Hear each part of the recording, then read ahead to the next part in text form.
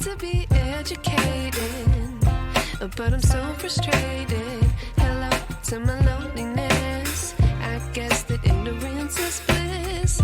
Take me back to before the new. Rewind, take it out of cue. Innocence can be a young man's game. Signed up for the hall of shame. I wish I knew. Recently, Kevin Hart was in South Africa for a performance. Afterwards, he had a conversation with the local media there, and I thought that this conversation was one that needed to be shared in the States. And since we're not going to see it on our news, I thought I'd bring it to you here. So check it out. And don't forget to like, share, and subscribe. Kevin Hart, welcome. So what a privilege to have you in South Africa. Oh, man, what a privilege it is to be in South Africa. So thank you. I'm just as excited as you guys are. Now, you've broken records on your stand-up comedy all over the world. You've just broken a South African record of 16,000 people. Woo! Ow! That is the biggest. I think the next best guy was maybe 4,000. Really? That's right, yeah. So you've smashed it by a long way. Oh, man, that's amazing. I think the credit doesn't go to me. The credit goes to the people of South Africa that have came out and supported. This is unreal. You know, to be traveling the world telling jokes is one thing, but to really, I guess you can say, for your craft to be received by the masses is another. And, you know, this is something that is long overdue. You know, it was on a list to do, and it didn't happen for quite some time because I felt the timing wasn't right. So I'm glad that I was patient about it and waited until now because it's paid off. You know, it's turned out to be something really, really special. And 60,000 people, the world record for comedy attendance for a single stand-up comedy show. It's quite incredible. So this room is quite small for you. Yeah, this is small. This is teeny. This was like back on day one, open mics. It's right? a meeting, but this is a good meeting. It's a good meeting to have right now. Now I work on the radio station here 947. I do the morning show, okay. And this morning we played a clip of yours from that you left a message, and where you were so stoked to be in South Africa, and I got the impression that you didn't expect it to look how it did. No, you know, I mean, that's the power of the media. You never know what you're walking into, and I think the beauty of traveling is that you realize that there's similarities in every place that you go, you know, regardless of where you are. You have good parts, you have bad parts. And, you know, with coming to South Africa, I didn't know what to expect. But just like anything else, there's good and there's bad. And I've seen both sides of it, and I can relate to both sides. And all it did is just make me say, you know what, this needs to be something that's now on my list to do yearly. You know, I need to frequent these parts and treat it the same way that I treat my fan base domestically. You know, I mean, if I'm trying to become the international success that I want to be, you have to be seen on the international level. And South Africa is on that list of international places with amazing people. So you'll see me here a lot now. Well, it is a great place. We've got lots to see. Your good friend Dave Chappelle even came here to Hart out. Yes, he did. For rehab. For quite some time. If you ever we didn't know. We expected Dave. I didn't know where he was at. They said Dave went to South Africa. I said, oh, my God, they got him. What happened? Oh, God, I got to get him back. But now I get it. You know, I get why he was out here. It's an amazing place to be, and he was left alone and chilled out for a minute. Yeah, he went to parts of South Africa that we didn't even know existed. Really? Yeah. I'm laughing because I know it's true. I know Dave. Dave. Yeah, man, I'm out here and man, you don't even know, man. I can picture Dave doing that. I really can. Kevin, we're going to take questions from the floor here. These are all our South Africa's finest and greatest media people. Okay, tell everybody I'm tall. Write that down right now. Tell them I came out here and I appeared to be a lot taller than what you thought I was. Okay. Okay, guys, you know the rules. Who wants to ask the first question? Please wait till the mic is handed to you. She was amazing. That question is going to be great. I don't even think you need the mic, guys. I think I can hear you. Yeah.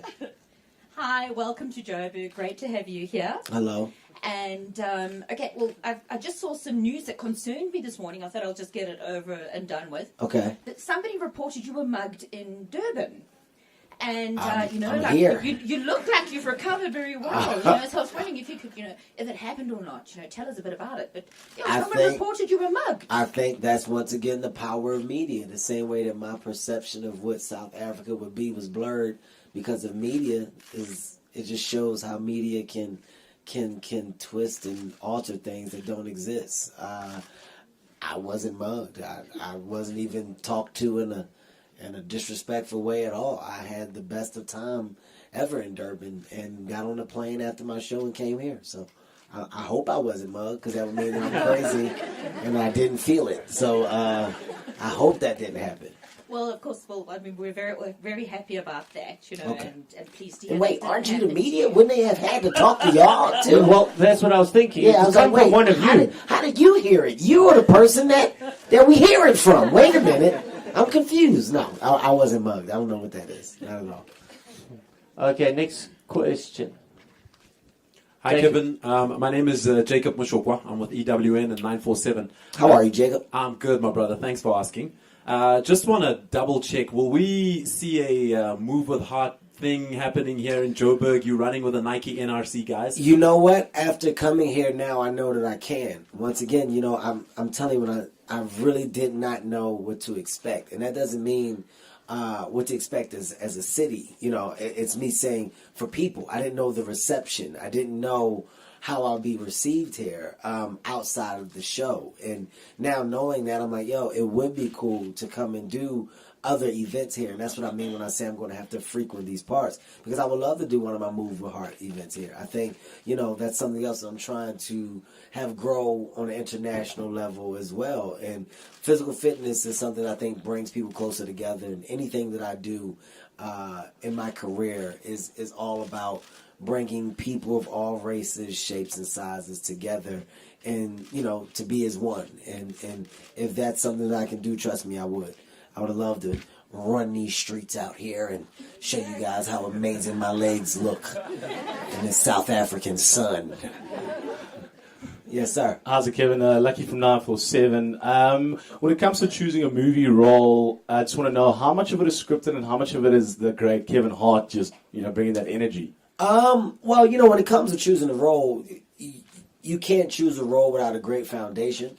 So the script always has to be in place first. And I think the beauty of hiring someone like myself is that you get an added bonus. So I'm always going to give you what we have on paper, but I'm also going to go above to find some stuff that you may not have known was there. And that's what improvisation is about. And I think you have a select few in the entertainment business that can do it, and that are really good at it. And I worked with one of the best, which is Will Ferrell.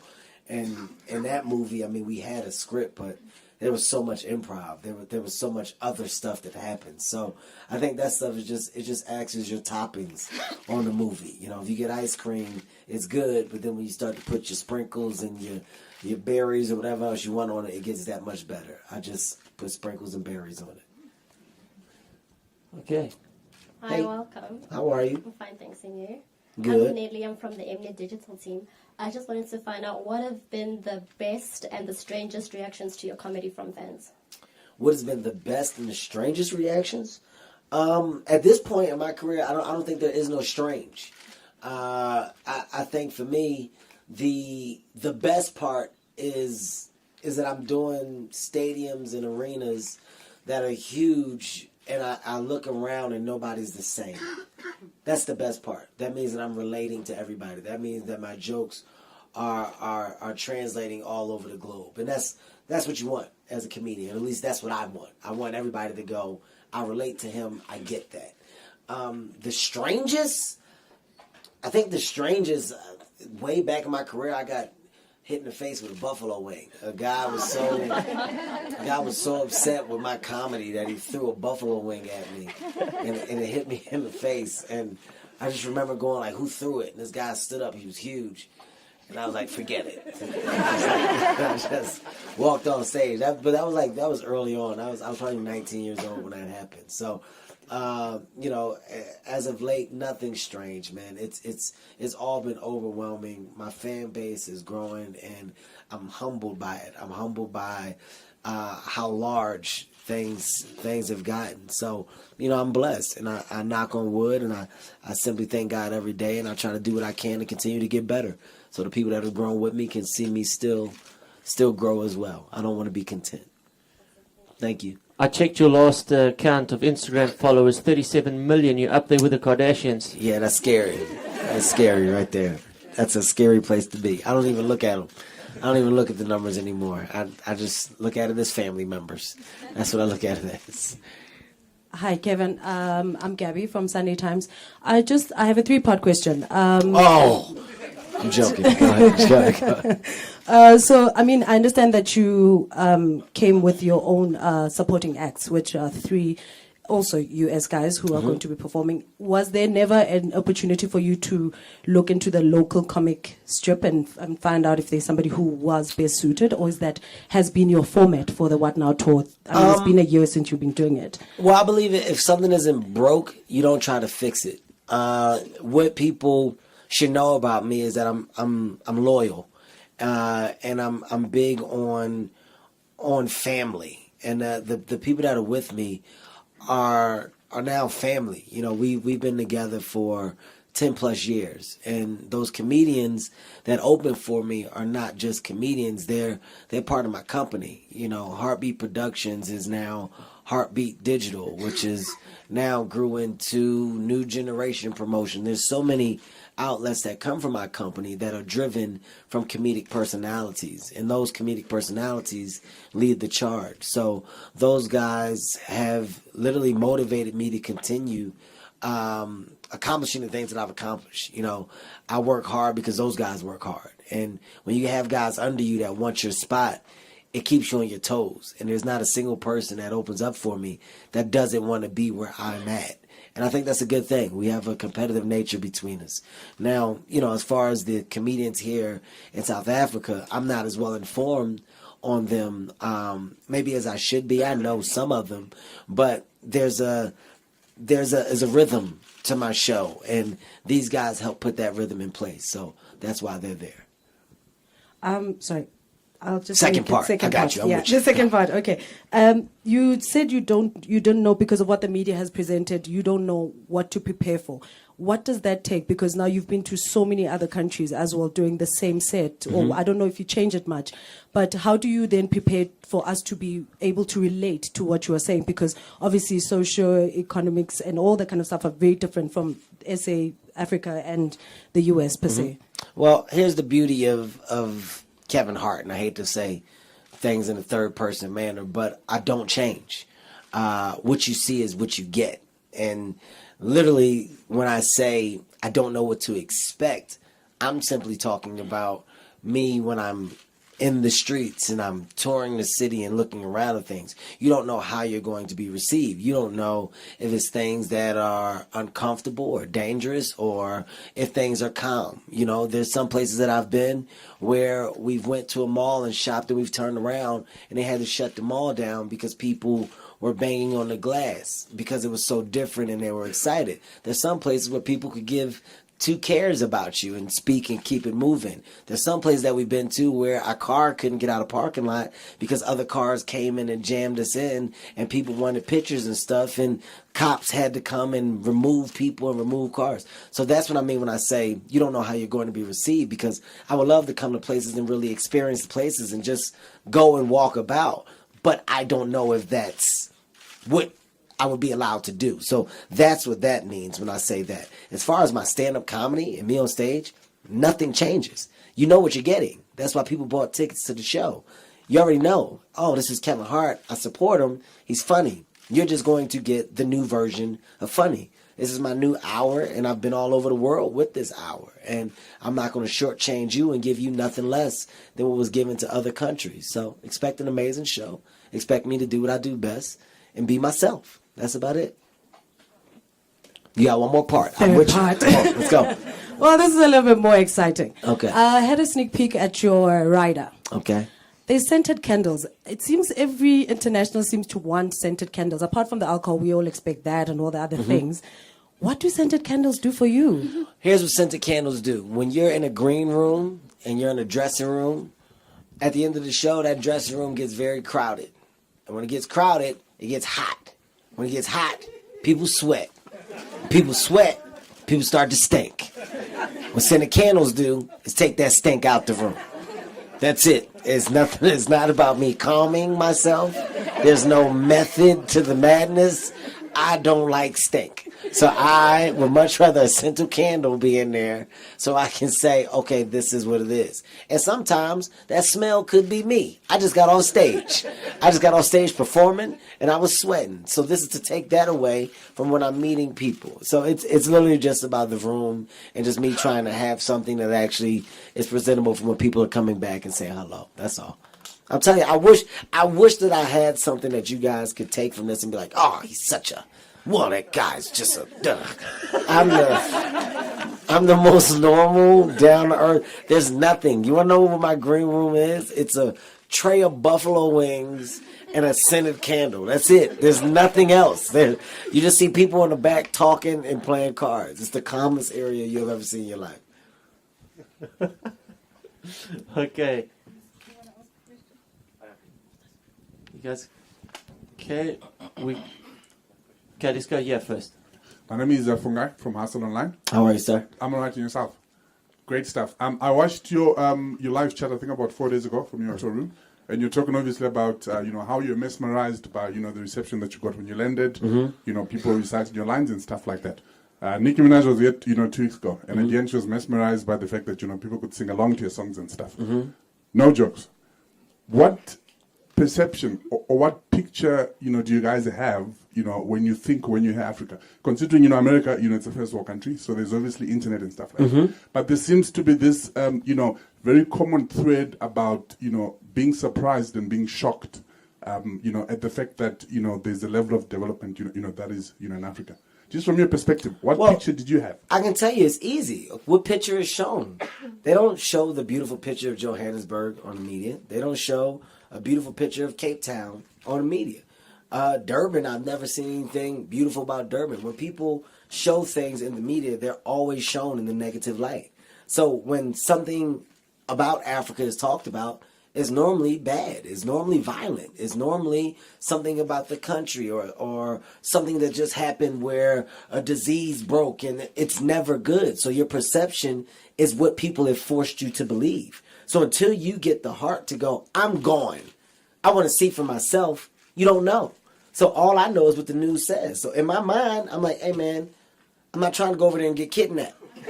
Okay? Like it's a reality. It's not me saying it to hypothetically say it. I'm saying from what I've seen. And then I go and I see an amazing city. We're blown away by seeing fans, by seeing people that are like, yo, we love your music. Why not show us that? Why not show the entertainers that love to give back, that love to embrace their fans, that love to be a part of charitable things? Why not show us the amazing stuff that's over here? So when we get here, we see for ourselves, and then our senses are enhanced to where not only do we want to come back, but we want to come back and we want to be involved with things that you have going on. But until we get the heart as artists and we spread that rumor ourselves, we don't know. And to be honest, we're a community. That's how I ended up coming over. I know Nicki. I know Beyonce. I know Jay-Z and all. I talked to them. Hey, guys, is there anything to worry about? Guys, should I get these shots? They told me to get the shots. Do I need the shots? It was the scariest thing in the world. I walked into a doctor's office, and the doctor, he was convincing me that he needed to give me the disease first. I'm going to give you this shot, put the disease in you, so when you get there, you'll be okay. I said, but I don't have it yet. He said, that's why I'm going to give it to you. So when you get it, you'll be okay. And I was like, but I don't have it yet.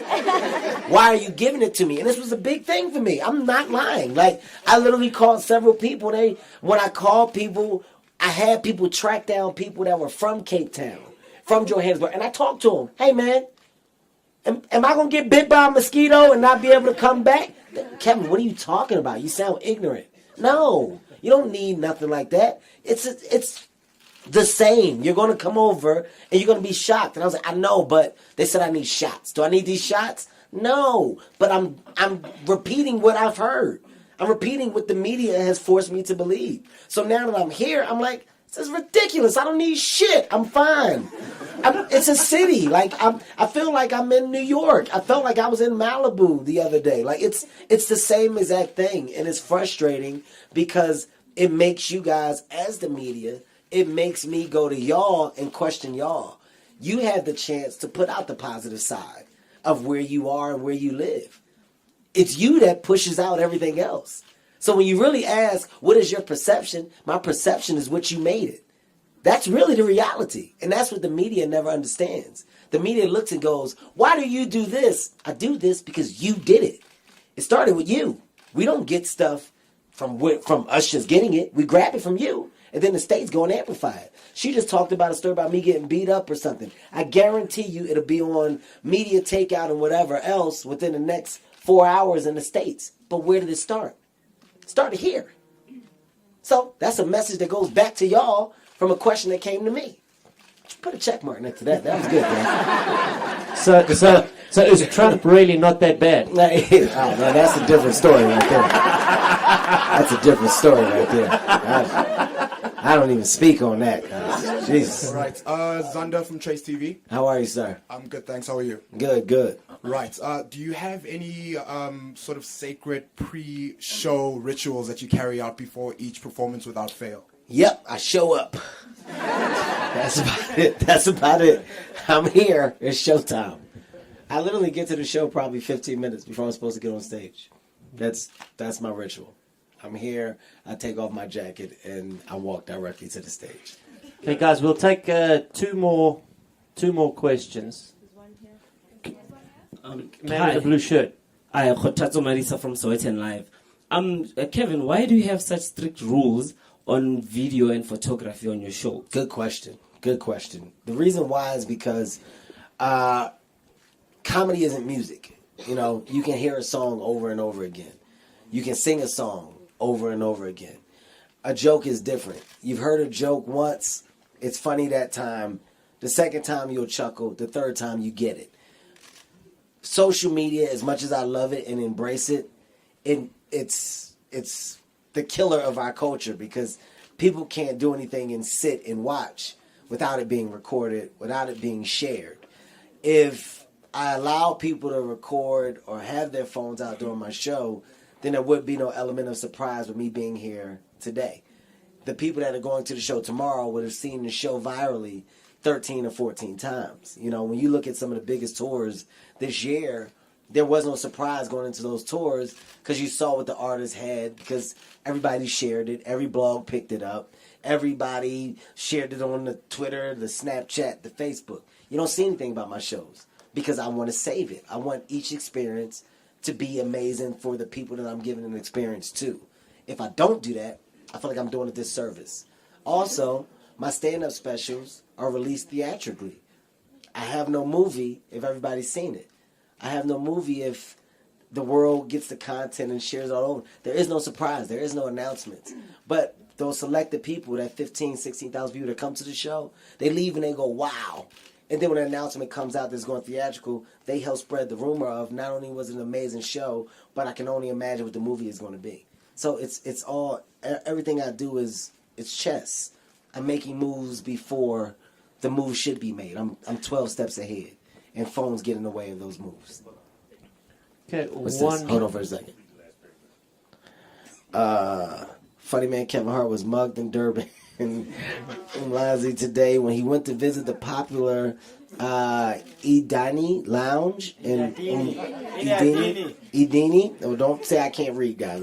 I'm sorry. Hart and his team were at the mercy of the thugs who pounced on them and got away with their cell phones and undisclosed amount of cash. This is, let's look at what blog this is. This is from Imanzi, IMZANSI. Zanzi? I don't know what it is. Let's have a look there, Kevin. This might not be a legit. I don't know what it is. Is it a satire blog? No. It's rubbish. I don't know. I guarantee that'll be in the States in about 4 hours. 4 hours. My phone's gonna start blowing up. You all right? It'll be Alicia Keys. My dad will be the first one. I knew I should have came. Kevin, just before we take one more question. He's had his hand up for a minute too. This guy? Yes. Okay, can you just bring the mic forward? Now, a certain guy who is challenged you to a basketball match, a stand-up standoff, and a fight. Oh. He recently got beaten up by a 15-year-old. How do you fancy your chances? You know, Cat Williams. Here's my take on Cat Williams, man. I'm a very positive guy, people. I don't wish ill will on anybody. And, you know, Cat, regardless of what he's going through now, at one point in time was a friend. I'm still going to consider him a friend. I hope that whatever he's going through, that, you know, it works out and that, you know, he gets back to doing what he does best. He's an amazing comedian when at his prime, and I would love to see him get back to his prime. So I'm hoping that the negative things that are around him eventually go away. As you see, I didn't pay that any attention when it was put out there. My mind is in another place, and my goals are set to reach much higher levels than to debate, especially with somebody that's in the same craft. I feel like we're supposed to pull each other up and big each other up. It shouldn't be crabs in a barrel. You know, we shouldn't want to pull each other down. That's my take on it. So, very positive, guys. That's why you're the most successful comedian in the world. Very positive, man. Final question. Who was it? Was it you? Yeah. My name's Al Brody. Obviously, you know, you were the first guest on Trevor Noah's new Daily Show. Yeah. You know, obviously, we're super proud of him and all the success that he's done, both locally and in the States.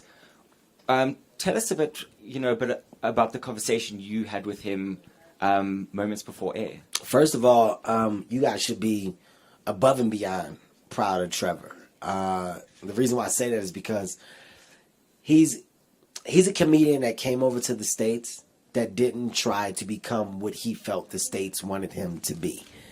He's very proud of his heritage and where he comes from, and he makes it known. And I think that's a beautiful thing. You know, that's what you want as a representative of your country, of someone that's going and doing other things. Our conversation in the back was simply, dude, this is amazing that you're in this position because all eyes are on you. And as a comedian, you work hard, you grind, you go through so much, and you never know what that big moment is.